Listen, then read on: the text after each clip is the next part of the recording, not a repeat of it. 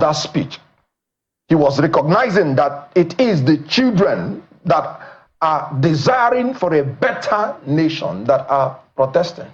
In paragraph 5, he's already saying that it is by some politicians that have clear political agenda. What a contradiction. In paragraph 6, the president said, in his own words, for people who want to take undue advantage of this situation to threaten a section of the country, be warned, the law will catch up with you. There is no place for ethnic bigotry in Nigeria we seek to build.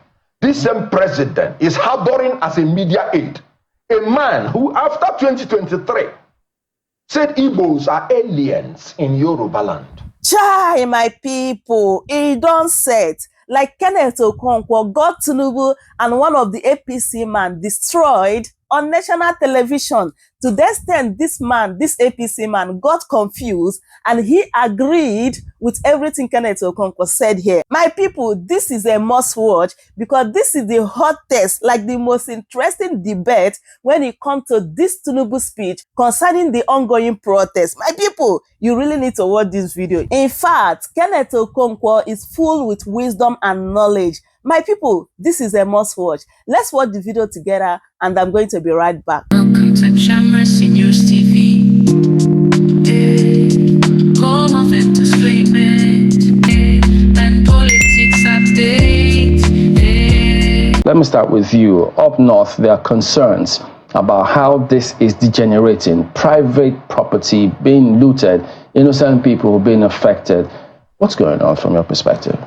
Sincerely speaking, before the protest started, we held a lot of press conference, stakeholder engagement, community engagement to talk to our people, because we know in the north, the moment something starts up, some criminal element will hijack it. And we know how Mr. President has been trying his best to see that he transformed Nigeria and to fulfill his renewal agenda. You see, in the whole world, there have never been a peaceful protest. It started as a peaceful protest, but those... That's highly debatable, but go ahead. We'll get the point. There have never been a peaceful protest all over the world.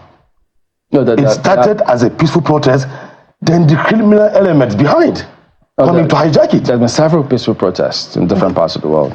Maybe what you're saying is that, well, chances are that when people protest, you always have a few elements who will either obstruct traffic, but to the extent of looting and vandalizing property, not always the case across the world. And that's why we said no to protest at the initial stage. You have a genuine agitations that you want to end bad governance. It is the right of all Nigerians to protest and to tell the president what they want.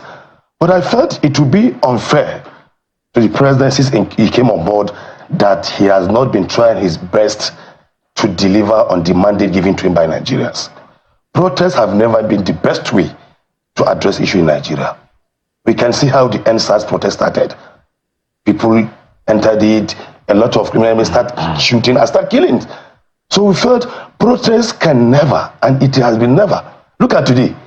When we say our fears have been in play now, when we say no to protest, we knew what will eventually follow. Have you heard what people say about the president's speech? How some thought that it appeared surprising, shocking to people. They thought it was out of touch, that he didn't address the main concerns that the protesters wanted him to address. The main concern of the protesters is for Mr. President to bring back subsidy, because they felt there is hunger in the country. So as a subsidy has not been helpful. We knew subsidy is essential and very necessary, because by subsidizing a lot of things, you see an ordinary man can get. But look at it today. Petroleum is sold as high as 1,000 naira today. So there is inflation in food prices. There is inflation in... What do you mean 1,000 naira? Which... There are places that you sell at black market, you see 1,000 naira. The only place you see them selling fuel is the NNPC and government control price filling stations. Is that the problem of the Mr. President? The marketers are to be blamed as well. All right, Dr. Okonkwo, I mean, you know, there are several dynamics to this. Yes, the protest rang out. Then the president addressed the country, and then more reaction concerning, wait a minute, this is not what we're talking about here. Would you rather speak or not? But if it's this way, they thought big question marks. What do you think of all of this? Well, I want to first of all thank my colleague here. He is actually doing the job for me. I would have loved to listen to him. First of all, Sheikh Husani at the presidential villa told President Tinubu, you are the father of protest. If going by his submission that there has never been any peaceful protest, he is actually saying that President Tinubu has never been any peaceful man. By his own submission, not mine. Although I respectfully disagree with him, because I know that they unleashed the greatest protests against this country. And in all conscience, I would not say that they were extremely violent when they protested against Goodluck Jonathan because of a 20 naira increase in fuel. Today they said purportedly that they have removed fuel subsidy that landed the price of fuel from 195 naira to, according to him again, 1,000 naira. In black markets? No, even in real market. In Lagos, 1,200 naira. And the funny thing is that it's not even available. People have to spend hours in the filling station to pay 900 naira, and it's not even available. What a government. Now, the people are protesting for hunger and hardship, for deprivation, for degradation. And the president was compelled to speak. I wish they did not compel him. Because if I were a media aide, I would have preferred there was no speech at all. Because a bad speech is worse than no speech at all. What was wrong with that speech for you? First and foremost, it was contradictory, it was inflammatory, it was annoying, it was disheartening. I'll give you an example. Paragraph 2 of that speech. He was recognizing that it is the children that are desiring for a better nation that are protesting. In paragraph 5, he's already saying that it is by some politicians that have clear political agenda. What a contradiction. In paragraph 6, the president said, in his own words, for people who want to take undue advantage of this situation to threaten a section of the country, be warned, the law will catch up with you. There is no place for ethnic bigotry in a Nigeria we seek to build. This same president is harboring as a media aide a man who, after 2023, said Igbos are aliens in Yoruba land. He said Igbos should never interfere with the police of Lagos State. That 2023 should be the last time that the Igbos should interfere in the police of Lagos State. And in 2027, it should not repeat itself again. It was on his Twitter space, and I'm talking about Bayo Onanuga. If the president is sincere in what he said in paragraph 6 of his speech, the first thing he would have done is to sack Bayo Onanuga. And you know, in addition to the speech being empty and very annoying, it was even leaked before the day. And people were making caricature of the president when he was talking. They were reading with him and even reading ahead of his own speech. And he has such level of incompetence in the media aid, and he did not take them out. And give another example. For now, we have 48 ministers going to 49. These children, what are they asking for? They are simply saying, sir, this fuel subsidy removal, this depreciation of Naira, this electricity tariff, they are unsustainable, and I agree with them. So is it to say that the fact that he even spoke and decided to at least try and address the concerns of Nigerians counts for nothing because you think that the speech is not good enough? No. It is because, I'm sorry to say this, because I don't have better way to express it. I don't even know whether he understands or he understood what he said. Because he said, this is the broadcast by the President and Commander-in-Chief of the Armed Forces on nationwide protest. Then what is it about the nationwide protest that he addressed? He was telling us he gave 570 billion naira to governors. And the first time he started dishing out these billions to governors was when they had cases in tribunal. And you knew what happened to those billions. But Dr. Kuso, I mean, I'm sure that is not the first time you'll be hearing reactions to the president's speech. So within the party, is it that they're all on the same page saying, look, irrespective of what people think, the party still thinks, or you, for instance, now, since you're here with us, that the speech for you is still good enough? To me, the speech is good enough. Because if you look at the majority of those agitating for end bad governance are youths. So you have to address them to tell them his plans for them and what he has done to them so far. Majority of the youths used in this protest are uninformed youths. Why do I say they are uninformed? Mr. President have given enough funds to the state government, to the state governors. It is expected that the governors will also empower the local government chairman. That's why you have 3 tiers of government. The grassroots are the ones feeling the heat of this hardship, you are saying. But now that we have that Supreme Court decision about the local governments, they're not supposed to interfere with the local governments. So that's... Has it been implemented yet? Mr. Kuso, They've given time... you used a phrase here today. Yeah. You said you that were used. What do you mean by that? They were the ones protesting. You say underage youths. Yes, used by who? But used by the people that organize the protest. This is a faceless protest leaders. We don't know who are the leaders. Did you see we understand the looting and we saw a lot of hoodlums and things like that happening.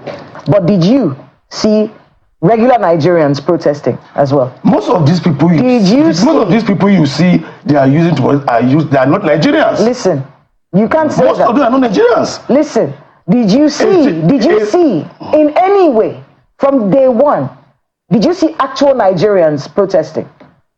Most of us, they are youths. And most of them, as I said, they are not Nigerians.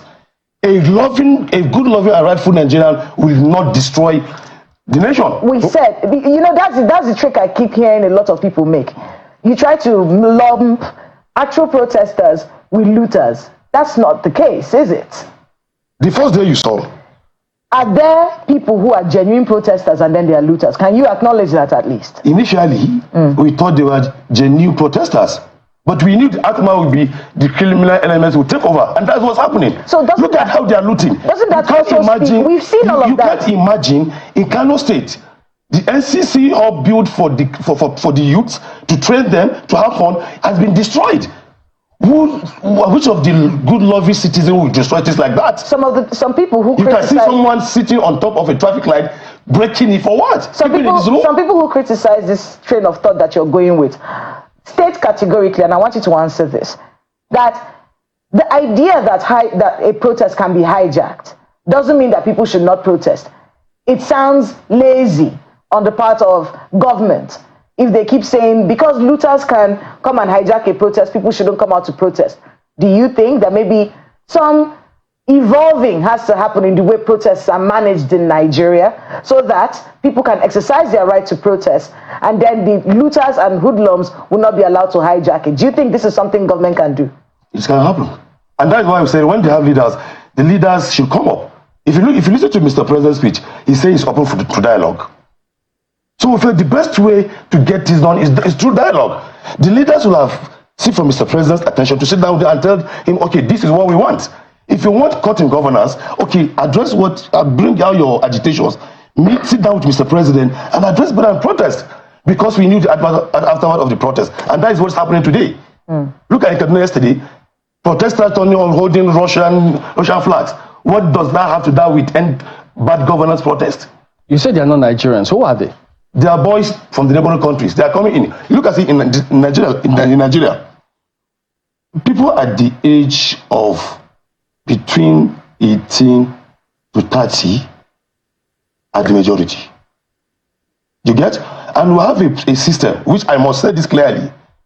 Our immigration system is very flawed. Our own borders are very porous that anybody can come in. So the amount of people we have in the country is most of them are foreigners coming in from Niger, from Chad, just to have a livelihood. It is the duty of immigration to have the real numbers and data of those foreigners. So if you look at them, most of them are not Nigerians. from their behaviors. I want you to be able to get Mr. Kenneth Okonkwo to speak on this, because it does seem like there's a gap in understanding as to what has happened and what should have happened. One of the things that many people complained about with the president's speech was that he didn't talk about the cost of governance at all throughout the speech. If you had his ear, what would you have asked him? Because that cost of governance goes to some of the short-term demands of all Nigerians. If you had his ear, what would you have told him to say about the cost of governance in that speech? If I had his ear, I'll first of all tell Mr. President that he should recognize that the power of the people is superior to the people in power, and that he should show respect to Nigerians. I would have told him, what case do you think you will make for hunger and hardship when you have 48 ministers? Bogus, when you could have had only 37, according to the Constitution.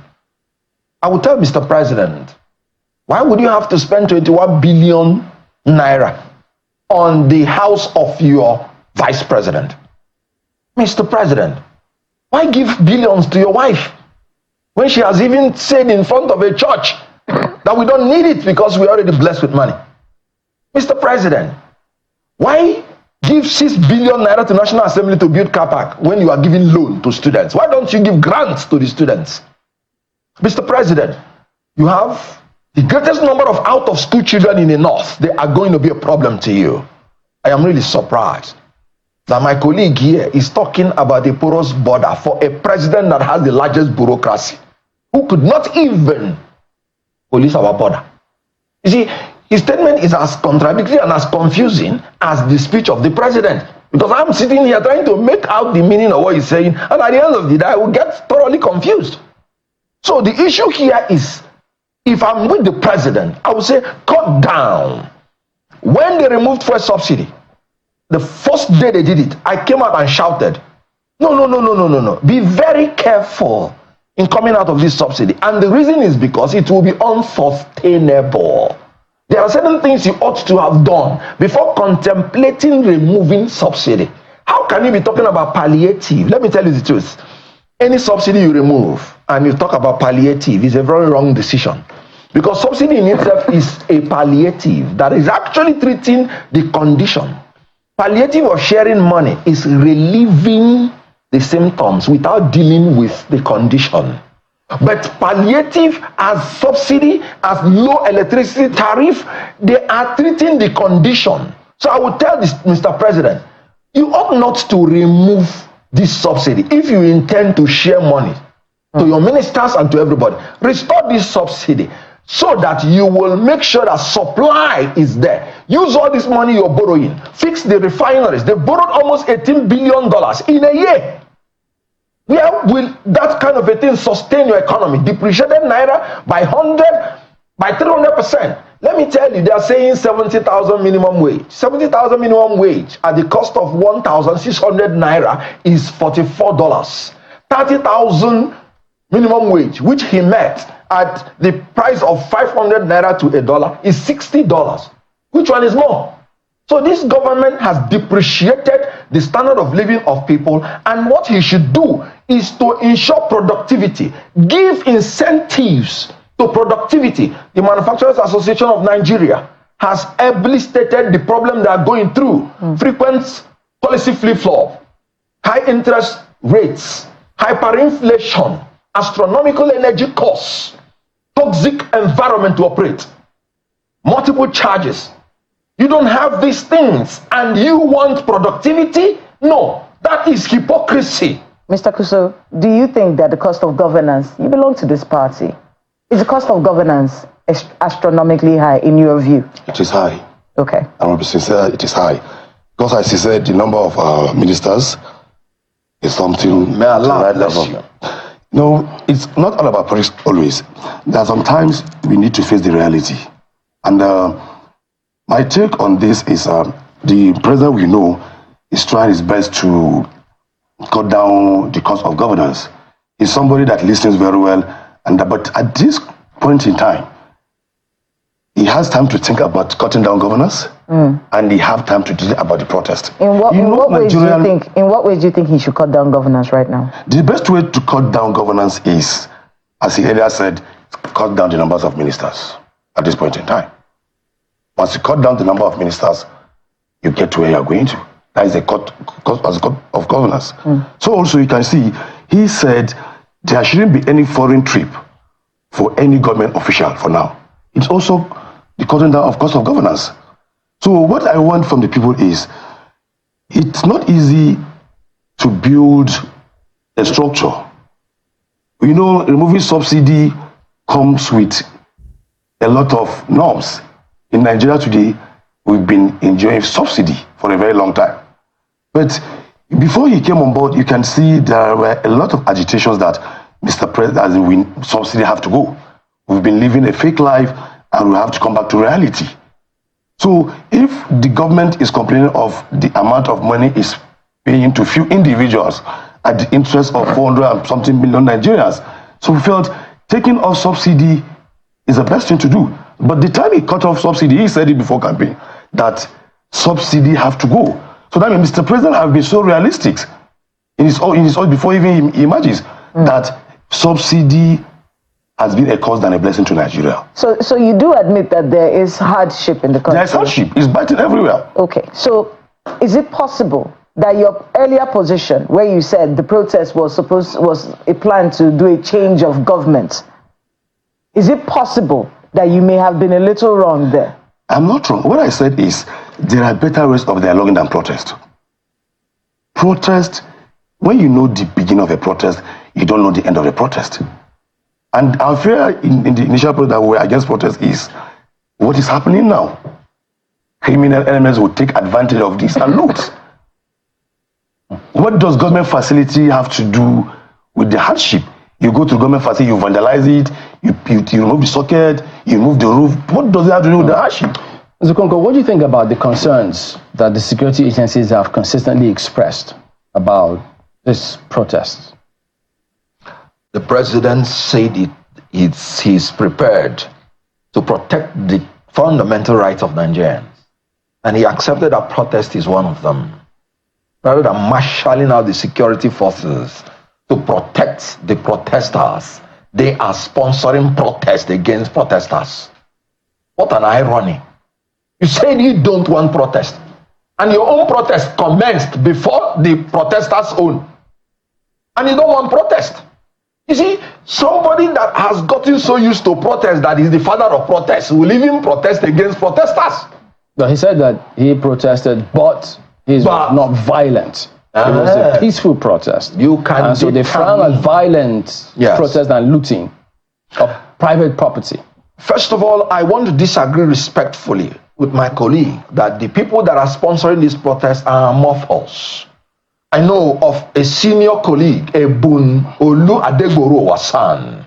He wrote a letter to the president, owning up to, I am the lawyer to these people, take it back movement. It's not about force. The senior advocate of Nigeria. No, he's not a protester. I know of he's a lawyer. Good. I'm coming. I know of one young chap, brilliant, Damilere Adenola. He's the director of mobilization of the Take It Back movement. He has been interviewed. As a matter of fact, when Adeboru was said stop, he said sorry. I don't know what he's talking about. I know of Femi Aborishade, who said he would never be a slave in his country, protesting. I know of a Showore who even went further to say revolution now, and he's standing by his word. I know of the children of Nigeria, whom the president has acknowledged that they are desiring a better and more progressive country. They are protesting. Protest is secured in our constitution. I know of a Wole Soyinka that has disagreed with this government on how they tackled protesters. These protesters warned, if you kill one of our own, we are going to change it. From end bad governance to Tinubu must go. You have to be sentimentally attached to the energy exhibited by these children. You have to respect them. When I was in university, I protested from first year to this final year, and I paid the price for it. I graduated by November of 1989 rather than June. And we went for the second batch of NYSC. I recall on one occasion we did not eat in the morning, especially when I entered university first, following them. Didn't know the strategies. I nearly died, on the road. During June 12th, a lot of people didn't know that. I was on the Kwemu Bridge. Did you vandalize any property? No, I did not, because I had enough. Vandalism is a criminal offense. Once you get to that level, you've crossed the mark. And the full wrath of law should be dealt with you. Because you are a thief, you are not a protester. Protest, like I always say, is the antithesis to the thesis that brings synthesis. Protest is necessary in a democracy to ensure that the leaders are put on their toes. And you must make sure that you are seeking for a change that is definable. He suggests that there should be questions for governors as well. You subscribe to that?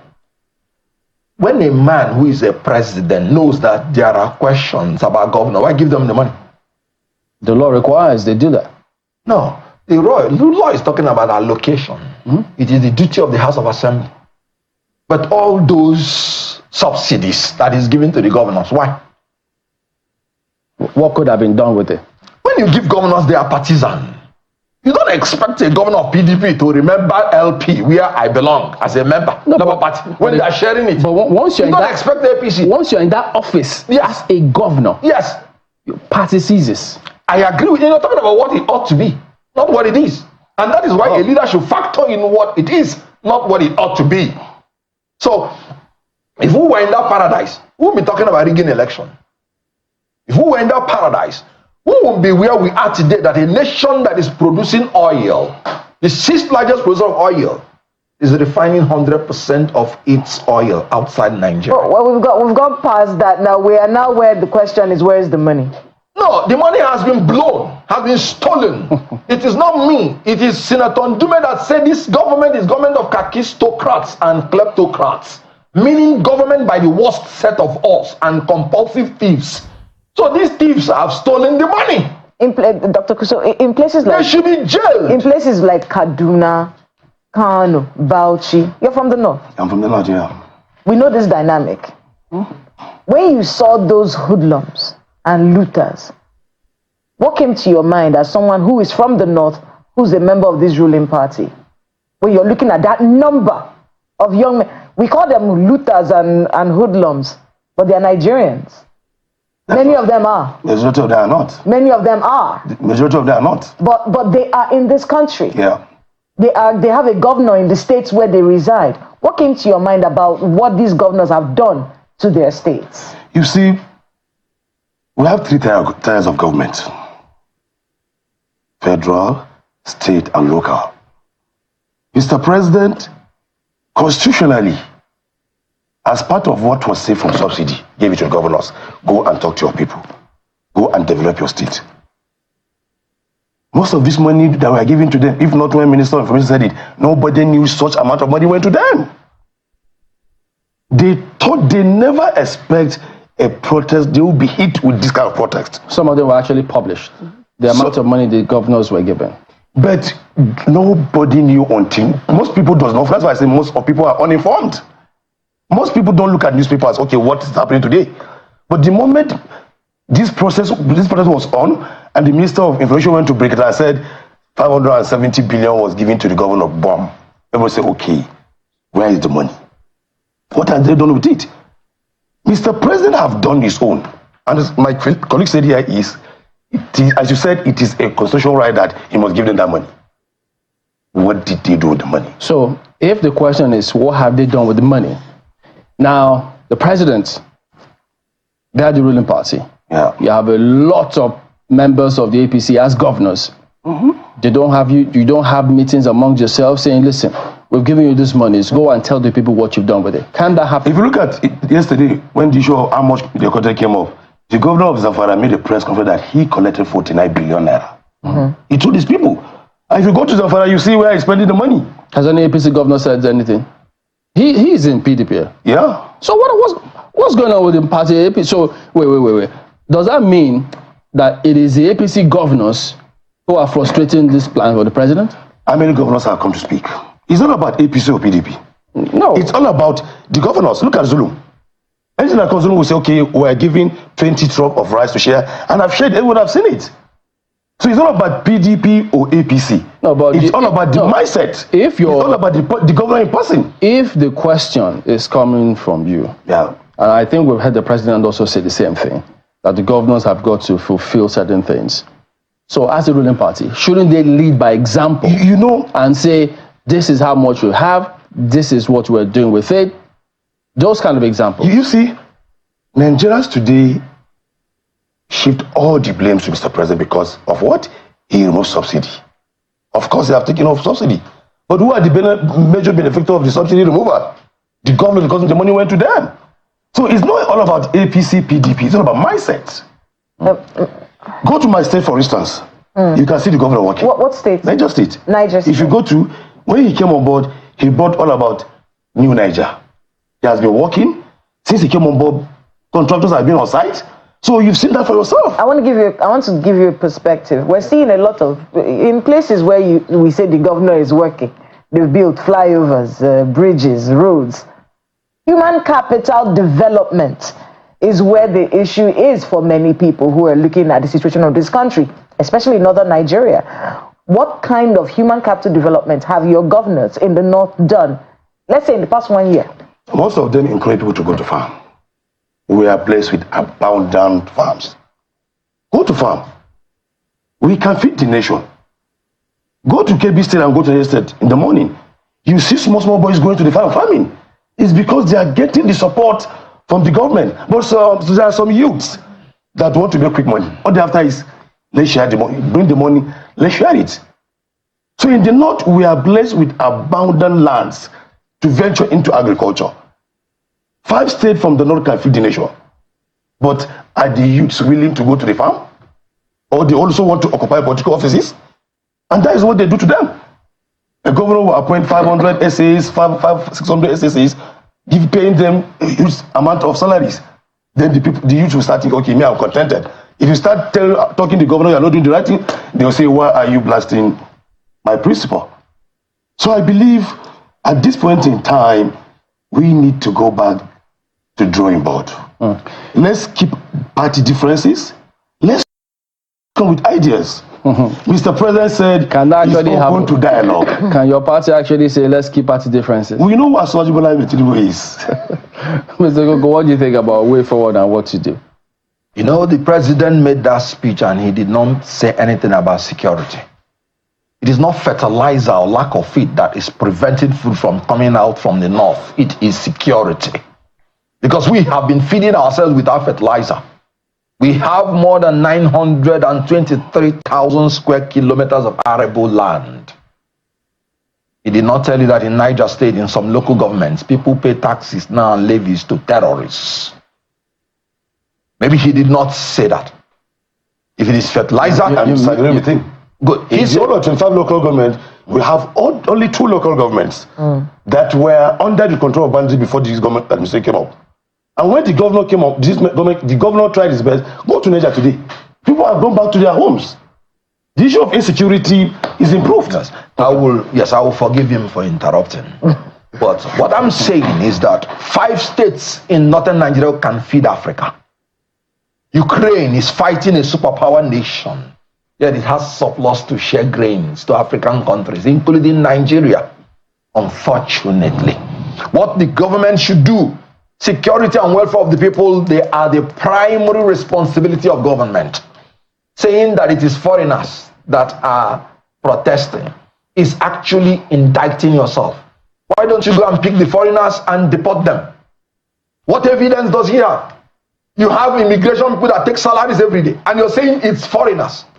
Okay, let's wind down now. You see, as my brother said here, he said vandalism is something else. And what leads to that vandalism? It is the protest. And that's why he said at this point in time, at this material time, there is no cause for protest. Come for dialogue. No, but there are two things. There are 2 things. People have a right to protest. It's a constitutional right. But if anybody goes in the guise of protesting and you loot, you vandalize, you will be arrested because that's a criminal offense. So he says the authorities should be able to draw the line and not in the guise of trying to stop vandalism, say protest is illegal. Shouldn't happen. That's why I said, most of the people that are protesting, as you said, they are people that doesn't know what they are even protesting for. Most of those small boys, they just came out to protest, to join numbers. They don't know why they are protesting. Did they just come out or what? They were mobilized. Is that's what usually happens? That is what happens when you start protesting. People mobilize. So about numbers. No, I'm not talking about protest. I'm talking about both politically and otherwise. Is that like a general scenario, up north? Politicians that lost election, politicians that worked for the government and not compensated, they can mobilize just to bend the government back. Oh, so even within the party, they can. Of course, there are people that feel aggrieved and they say, okay, let's show our grievances from behind. Then they mobilize against the government. There are people, as Fintri said yesterday, I don't want to say yesterday, that protesters are those that initiated this are those that are aggrieved. I can agree with him. Mm-hmm. There are ways you show your grievances. If I'm not being compensated, okay, let me use this opportunity of protest to hit the government. That's why we said when protest starts, you don't differentiate from the genuine protester and the criminal protester. But you should. How do you do that? The president protested. That's what security agencies are for. That's what it's for. Like Chamberlain said, and I need you to hear that clearly. Mm-hmm. You cannot, because of the fear of being hijacked, of a protest being hijacked, then say people cannot exercise their right to protest. You can't do that. The job of security is to think outside the box. Protest management. So that protest management is the conversation right now, because this was exactly what happened with EndSARS. But we've seen what these people were doing. The protesters were throwing stones on them, but they realized they didn't retaliate because they felt it's their right to protest. So, quickly from both of you, before we go, in less than 30 seconds, what would you want to see happen moving forward? I just want to advise restraining using the word to warn. When protests happened in Kenya, Ruto thought he was the big guy. And when he was overwhelmed, he sacked all his cabinet and went to church and started crying. When protests happened in Bangladesh, the Iron Lady, who was there for 20 years, neglected them and disrespected them. Today she's in exile. In Nigeria, this government should learn to respect its people. They should not allow protests to happen. Prevention is better than cure. Okay. Why ask for dialogue when you could have done it before the protest? Quickly, before we go. As Mr. President earlier said, he's open for dialogue. I advise the protesters to come up for dialogue. Wow. Kenneth Okonkwo always speak truth to the power, like he said it as it is, without any fear or favor.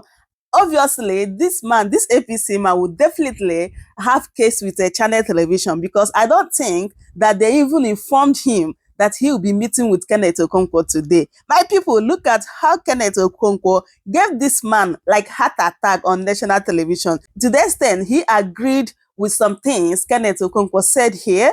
So my people, that is it. I hope you guys, enjoyed the interview, especially what Kenneth Okonkwo said. Please, I would love you guys to leave your thoughts in the comment section as always. And also subscribe if today is your first time here. Don't forget to share the video as well as give me a thumbs up. Thank you everyone for watching, and I will see you guys in my next update. Goodbye for now.